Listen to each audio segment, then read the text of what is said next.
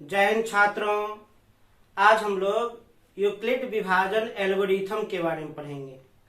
तो सबसे पहले हम लोग को ये समझना है यूक्लिड कौन थे, कहाँ के थे।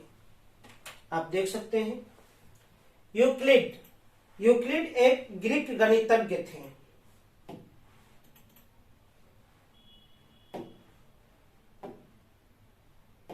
यूक्लिड एक ग्रीक गणितज्ञ थे, एक यूनानी गणितज्ञ थे।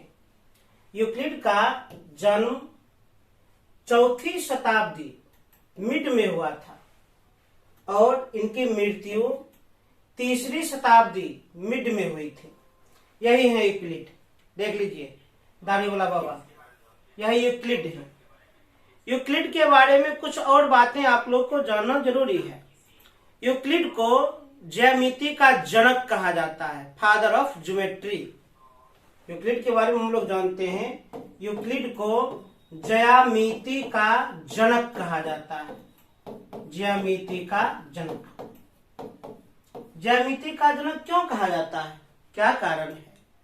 यूक्लिड ने एक ग्रंथ की रचना की थी, एक पुस्तक की रचना की थी।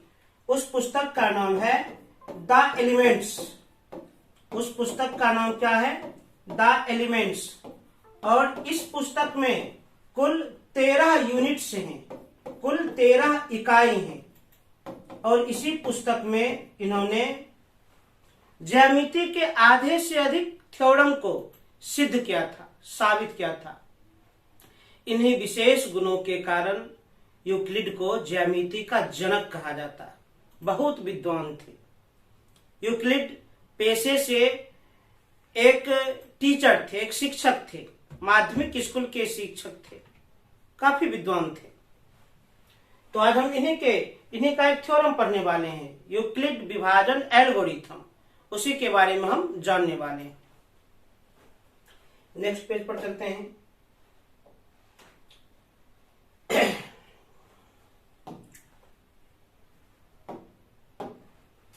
यूक्लिड विभाजन प्रमेयिका, अंग्रेजी में यूक्लिड्स डिवीजन लेमा।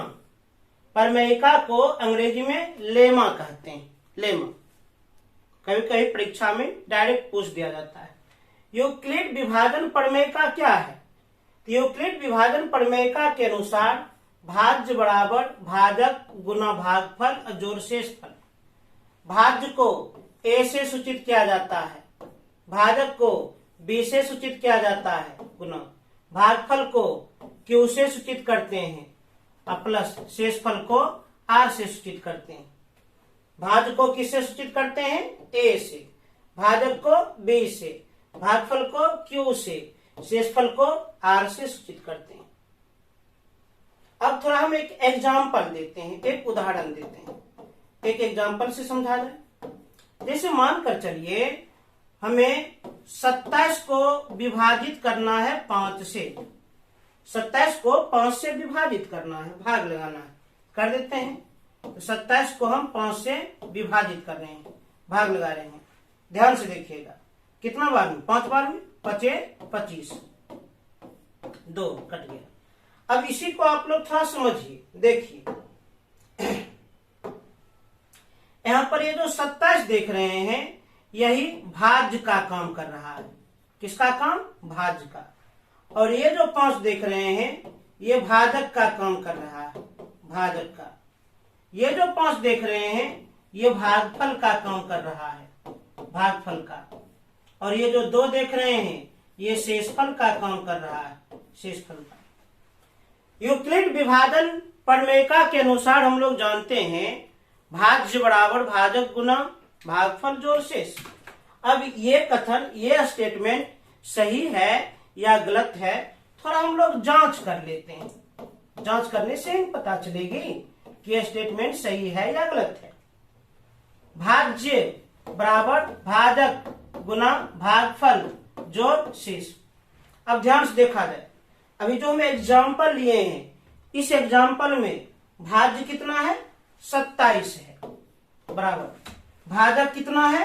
5 है, गुना भागफल कितना? 5 प्लस शेष कितना है देख लीजिए, शेष यहाँ पर 2 है। अब ध्यान से देखा जाए तो 27 बराबर 5 गुना 5 25 और 25 प्लस 2 27। LHS बराबर RHS। इसका मतलब यूक्लिड विभाजन प्रमेय का एक सिद्ध कथन है, एक सत्य कथन है। तो प्यारे बच्चों, यूक्लिड विभाजन प्रमेय का कथन क्या होता है? परीक्षा में पूछा जाए कह दीजिएगा भाज्य बराबर भाजक गुना भागफल जोड़ शेष। भाज्य को हम किससे करते हैं सूचित? A से, भाजक को B से, भागफल को Q से, शेषफल को R से। इसे हम सिद्ध भी कर दिए। अब नेक्स्ट पेज में देखा जाए, अगले स्लाइड में देखा जाए, एकदम ध्यान से देखिएगा। उम्मीद करते हैं आज जो आप लोग टॉपिक समझ रहे हैं ये आप लोग को बहुत अच्छी तरह से समझ में आता होगा। अब है यूक्लिड विभाजन एल्गोरिथम। यूक्लिड विभाजन एल्गोरिथम, ध्यान से देखिए। अब इस स्लाइड में हम लोग जानेंगे एल्गोरिथम शब्द आखिर कहां से लिया गया है। एल्गोरिथम शब्द आखिर कहां से लिया गया है, हम इसी के बारे में समझेंगे, इसी के बारे में जानेंगे। ये देख लीजिए, इनका नाम क्या थोड़ा पढ़ते हैं। शब्द एल्गोरिथम 9वीं शताब्दी के एक फारसी गणितज्ञ अल ख्वारिज्मी के नाम से लिया गया है। ये जो देख रहे हैं ये अल ख्वारिज्मी है। इनका नाम क्या है? इनका नाम है अल ख्वारिज्मी। अल ख्वारिज्मी ये एक फारसी गणितज्ञ थे। इन्हीं के नाम से एल्गोरिथम शब्द लिया गया है। वास्तव में शब्द अलजेब्रा भी इन्हीं के लिखित पुस्तक हिसाब अल जबर व अल मुकाबला से लिया गया है। अलजेब्रा जो हम लोग बीज गणित पढ़ते हैं, अलजेब्रा, वह अलजेब्रा शब्द इन्हीं के द्वारा लिखा गया एक किताब है जिसका नाम है हिसाब अल जबर व अल मुकाबला। तो इनके द्वारा लिखित पुस्तक का नाम क्या है? सबसे पहले इनका नाम क्या है? इनका नाम है अल ख्वारिज्मी। ये क्या है? ये फारसी गणितज्ञ हैं, ये फारसी गणितज्ञ हैं।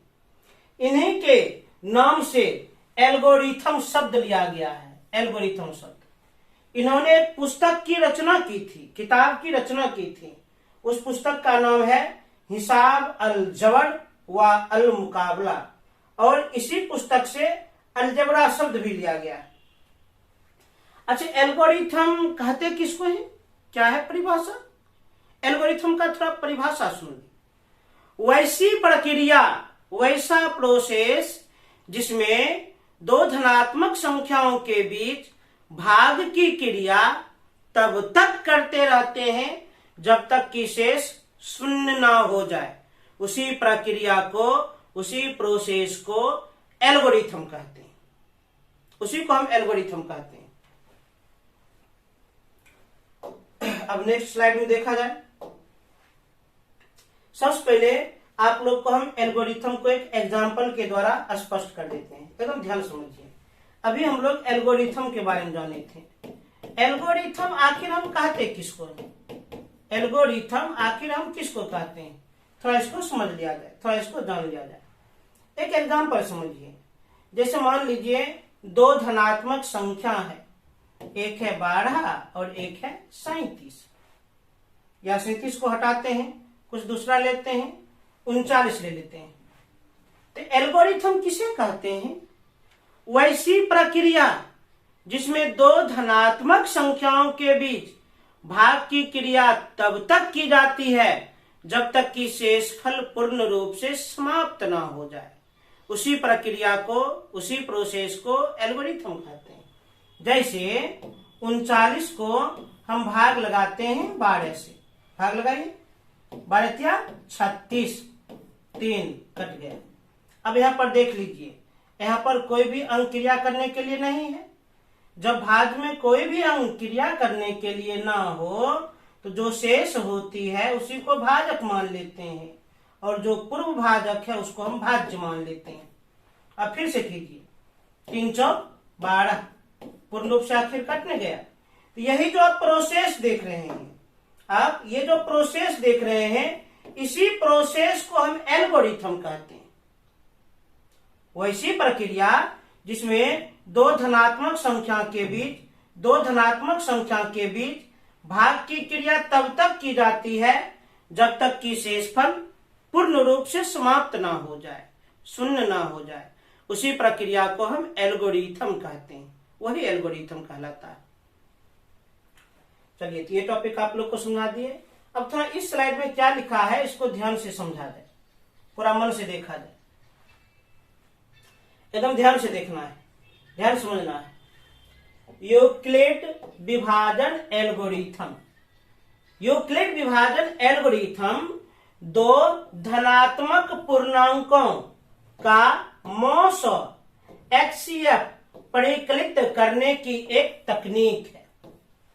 यदि आपसे कोई पूछे यूक्लिड विभाजन एल्गोरिथम क्या है, यूक्लिड विभाजन एल्गोरिथम क्या है, यह एक ऐसी विधि है जिसकी सहायता से दो धनात्मक पूर्णांकों का मौसवा निकालते हैं, महत्तम समापवर्तक निकालते हैं। यूक्लिड विभाजन एल्गोरिथम क्या है? एक ऐसा विधि है जिस विधि के द्वारा दो धनात्मक पूर्णांकों का हम महत्तम समापवर्तक निकालते हैं। क्या निकालते हैं? महत्तम समापवर्तक, महत्तम समापवर्तक निकालते हैं। अब थोड़ा HCF के बारे में हम आप लोग को थोड़ा विस्तार से बताते हैं, पूरा विस्तार से समझाते हैं। एकदम ध्यान से देखिएगा, पूरा मन से देखिएगा।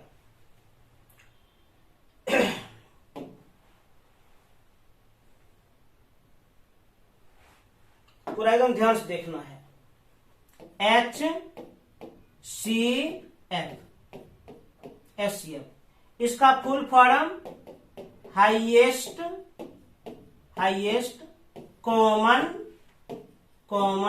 Factor, highest common factor. HCF का full form highest common factor.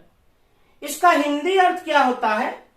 Highest का अर्थ होता है सबसे बड़ा, हाईएस्ट का अर्थ सबसे बड़ा, कॉमन का अर्थ उभयनिष्ठ, कॉमन का अर्थ होता है यहाँ पर उभयनिष्ठ। अब फैक्टर का अर्थ होता है गुणनखंड, फैक्टर का अर्थ क्या होता है बाबू? गुणनखंड। सबसे बड़ा, ये जो आप सबसे बड़ा देख रहे हैं, सबसे बड़ा को हम क्या कह सकते हैं? महत्तम। सबसे बड़ा को हम महत्तम कह सकते हैं। उभयनिष्ठ, वैसी संख्या जो प्रत्येक पद के लिए समान हो, उसी संख्या को हम उभयनिष्ठ कहते हैं, कॉमन कहते हैं। वैसी संख्या जो प्रत्येक पद के लिए, प्रत्येक टर्म के लिए समान हो, उसी संख्या को हम क्या कहते हैं? उभयनिष्ठ। तो उभयनिष्ठ से कहीं ना कहीं समान का बोध आ रहा है। अब गुणनखंड का दूसरा नाम क्या होता है? अपवर्तक। गुणनखंड का दूसरा नाम क्या होता है? अपवर्तक। अब ध्यान से देखा जाए, महत्तम जोड़, समान जोड़, अपवर्तक। महत्तम जोड़, समान जोड़, अपवर्तक, ये तीनों शब्द को यदि हम मिला देंगे तो क्या बन जाएगा? बन जाएगा महत्तम समापवर्तक। क्या बन जाएगा? महत्तम समापवर्तक, महत्तम समापवर्तक, जिसको हम संक्षेप में मॉस कहते हैं। अंग्रेजी में संक्षेप में क्या कहते हैं? इसी को HCF कहते हैं। अभी तो हम केवल नामकरण ही बताए हैं, अभी कहानी स्टार्ट कहाँ हुआ, अभी केवल नामकरण हम किए हैं। फिर से देख लो, HCF full form highest common factor, या इसी को कहते हैं सबसे बड़ा उभयनिष्ठ गुणनखंड, या इसी को कहते हैं महत्तम समान अपवर्तक, या इसी को हम कहते हैं महत्तम समापवर्तक, या संक्षेप में कहते हैं मॉस, अंग्रेजी वाले संक्षेप में कहते हैं HCF। HCF ज्ञात करने का मुख्य रूप से 3 विधि है। HCF ज्ञात करने का बहादुर मुख्य रूप से 3 विधि है। मौसो निकालने का मुख्य रूप से 3 विधि है। देखा जाए प्रत्येक विधि को देखा जाए। एचसीएफ ज्ञात करने का मुख्य रूप से 3 विधि है। इसमें जो पहला विधि है उस पहला विधि का नाम है गुणनखंड विधि। पहला विधि का क्या नाम है? गुणनखंड विधि। दूसरा विधि का नाम है अभाज्य गुणनखंड विधि। दूसरा विधि का क्या नाम है? अभाज्य गुणनखंड विधि। और तीसरा विधि का नाम क्या है? भाग विधि। तीसरा विधि का नाम क्या है बहादुर? भाग विधि।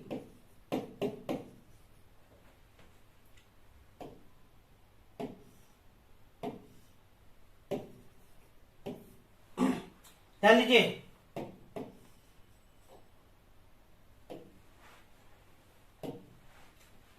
महत्तम समापवर्तक मुख्यतः 3 विधि से निकाला जाता है। इसमें पहला विधि का नाम है गुणनखंड विधि। दूसरा विधि का नाम है अभाज्य गुणनखंड विधि। तीसरा विधि का नाम है भाग विधि। 3 विधि। अब तीनों विधि की विशेषता जाना जाए। गुणनखंड विधि के द्वारा कितनी संख्याओं का महत्तम समापवर्तक निकाल सकते हैं? यदि कोई आपसे पूछे गुणनखंड विधि के द्वारा कितनी संख्याओं का महत्तम समापवर्तक निकाल सकते हैं, तो जवाब दे दीजिएगा अनंत संख्याओं का, अनगिनत संख्याओं का, अनगिनत, नो टेंशन।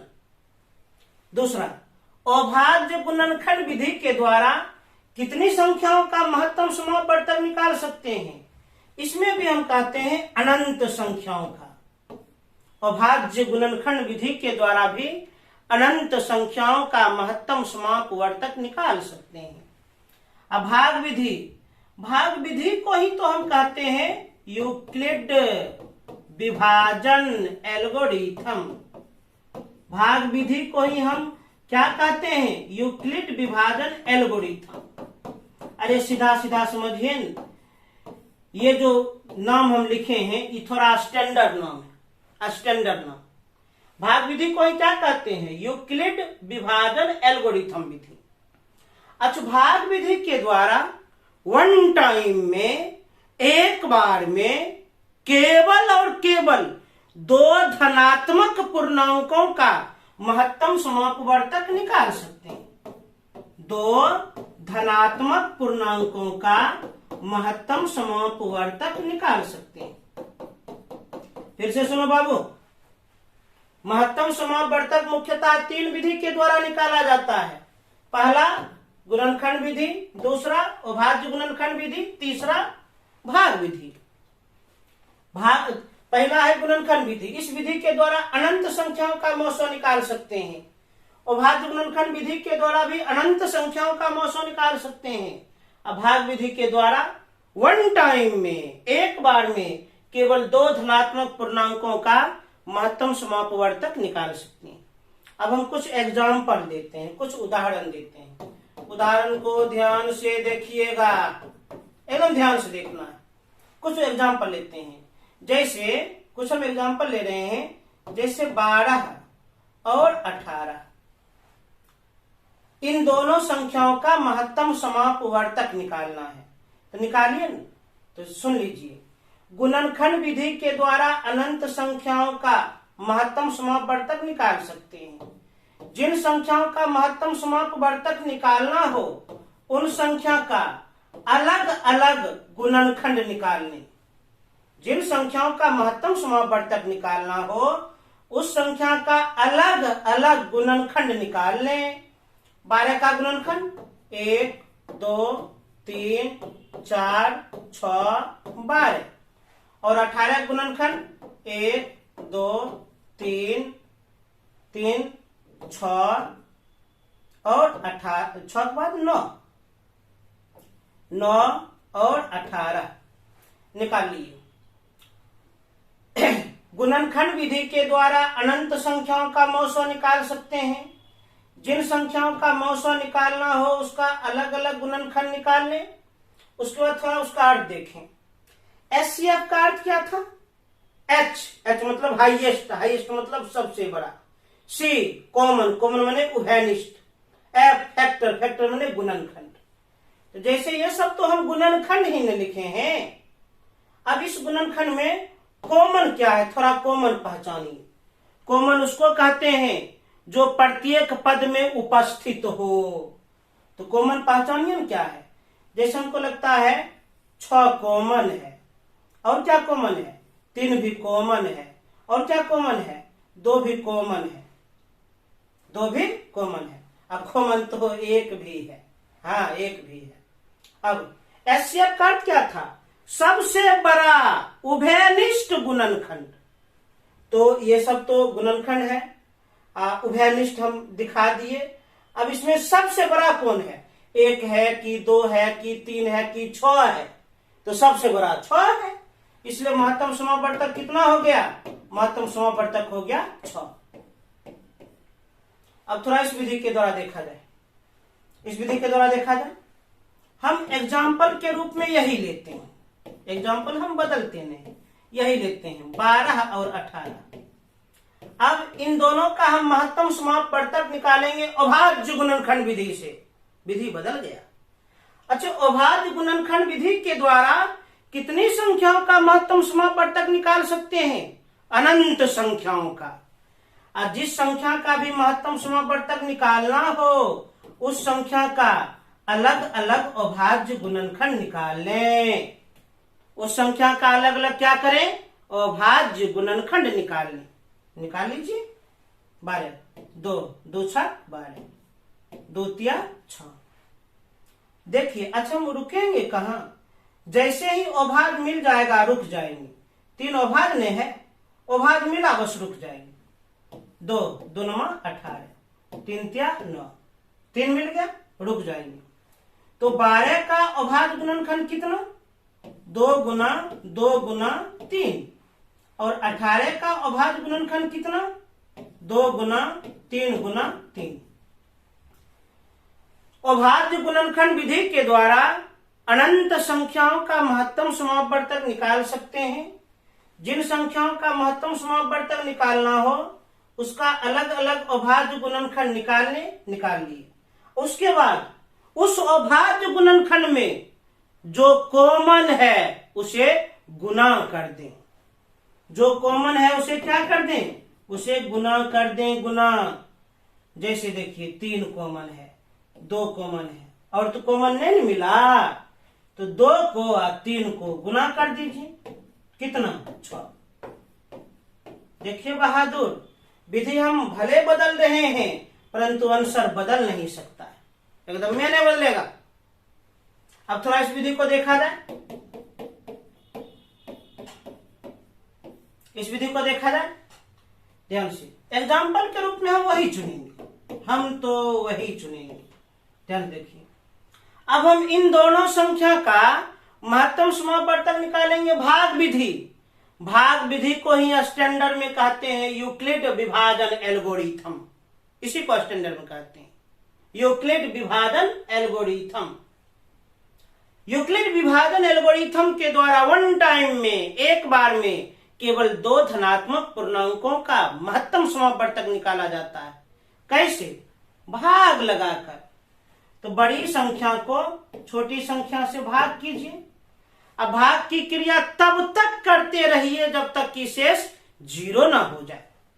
कीजिए, तो 12 इकाई 12, 6 कट गया। अब यहां पर कोई भी अंक क्रिया करने के लिए नहीं बचा है, तो जो